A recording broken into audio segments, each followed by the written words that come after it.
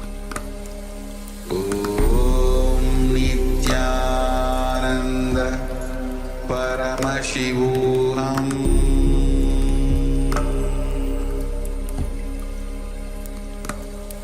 Om Nityananda Paramashivoham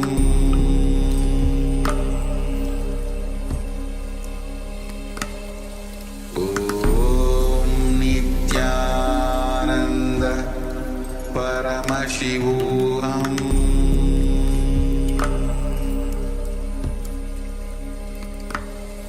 Om Nityananda Paramashivoham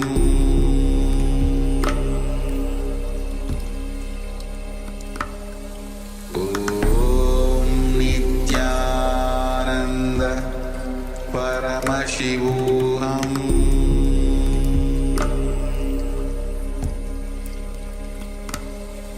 Om Nityananda Paramashivoham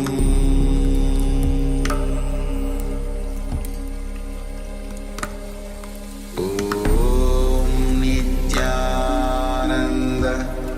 Paramashivoham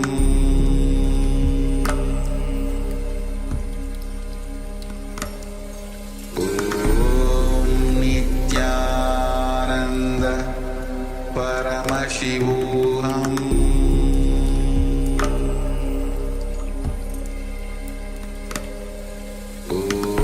Om Nityananda Paramashivoham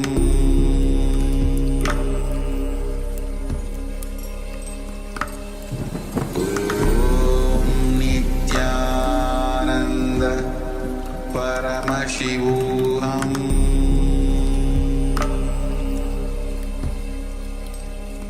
Om Nityananda Paramashivoham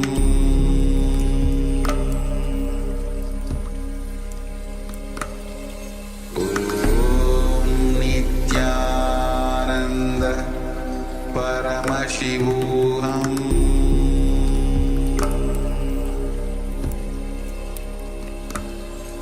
Om Nityananda Paramashivoham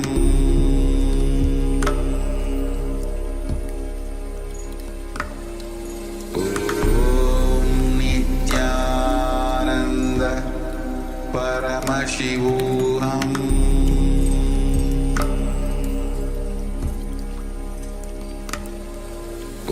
Om Nityananda Paramashivoham. Yes. You can remove your blindfolds and share whatever was revealed to you during this round of the power manifestation. I want to complete with the participants for the delay. There were some technical difficulties, but we are back. So anything that was revealed to you during this round of the power manifestation, let us know. Share it here in the chat before we enter into the verification step. We're going to give just a few moments to share and then move on. Om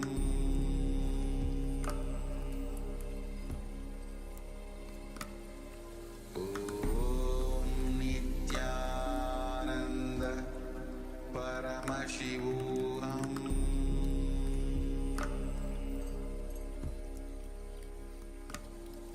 Om Nityananda Paramashivoham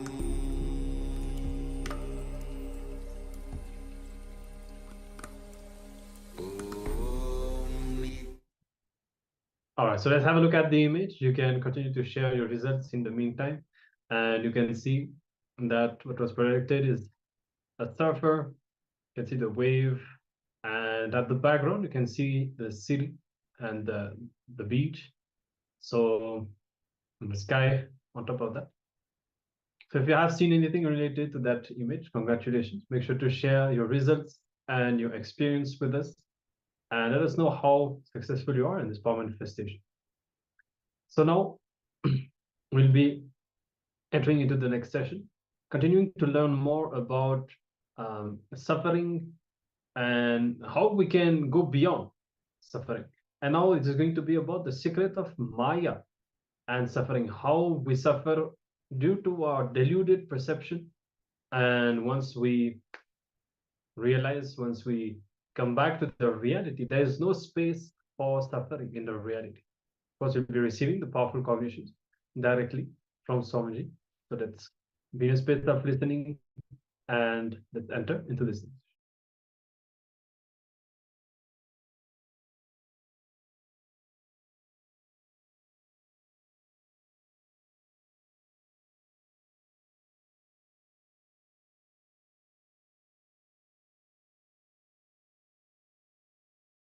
In Sanskrit, we have two words, Vada, Pradivada, Kandana, Mandana.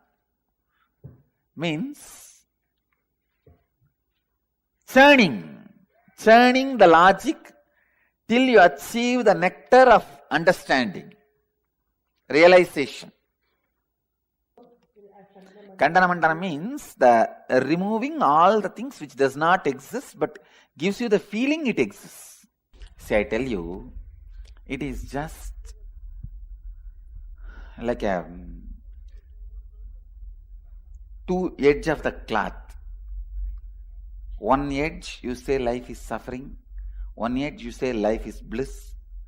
But when you move to any one edge, you will become enlightened. You will jump out of that, you will fall out of that edge. Please understand, enlightenment is falling out of this.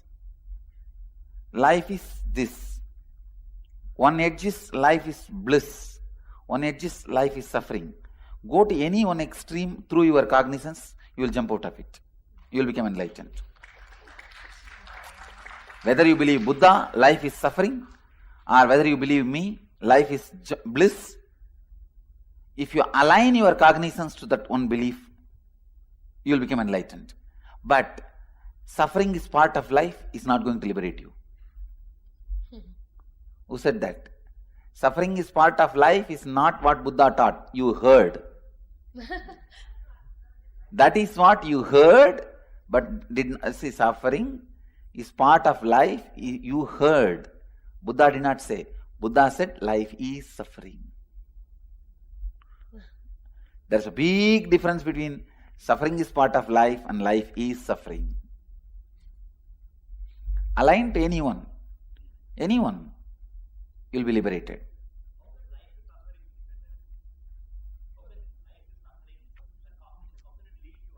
Whatever you know as life is suffering, so escape from it.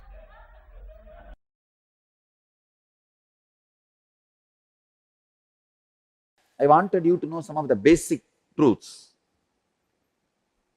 When Buddha declared life is suffering, when I read that statement first, I said, no, what is this? This fellow, such a pessimist. Starting with a statement, life is suffering. Now, I agree with Buddha with all respects. Unless you learn that word first, you do not develop perseverance.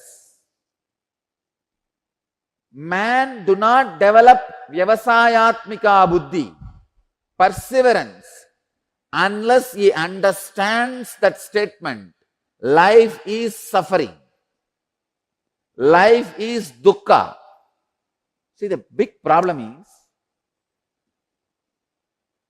when you feel life is joy, when you believe life is joy, you tend to wander. You take up one project, suddenly you feel the other project glitters more. The other side is more greenery. Wow! I think that life is more joyful, more green, more shining, more palabala. Let me jump. You jump there. From there, when you look at the other side, wow, that looks more shiny, more beautiful, more powerful, great. Let me jump there. You jump there. Markada Vairagya. In Sanskrit, we have a word called renunciation of the monkey. Monkey renounces one branch to catch other branch, but it doesn't stay with that branch. Within 2 seconds, it catches some other branch and renounces this branch also. Margada Vairagya. Renunciation of the monkey. No? When Bhagavan Buddha says, life is suffering, his first statement is that only. Life is dukkha. Suffering. I attest, I second his opinion. Only when you understand life is suffering, you learn perseverance. When you take up a project, when you face suffering, you'll understand, hey, life is suffering.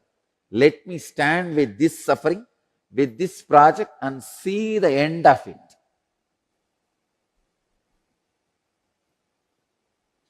Truth is life is joy. Fact is life is suffering. Till you experience truth, better be with fact.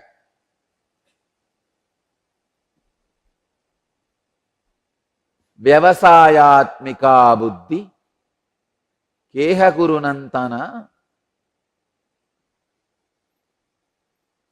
Perseverance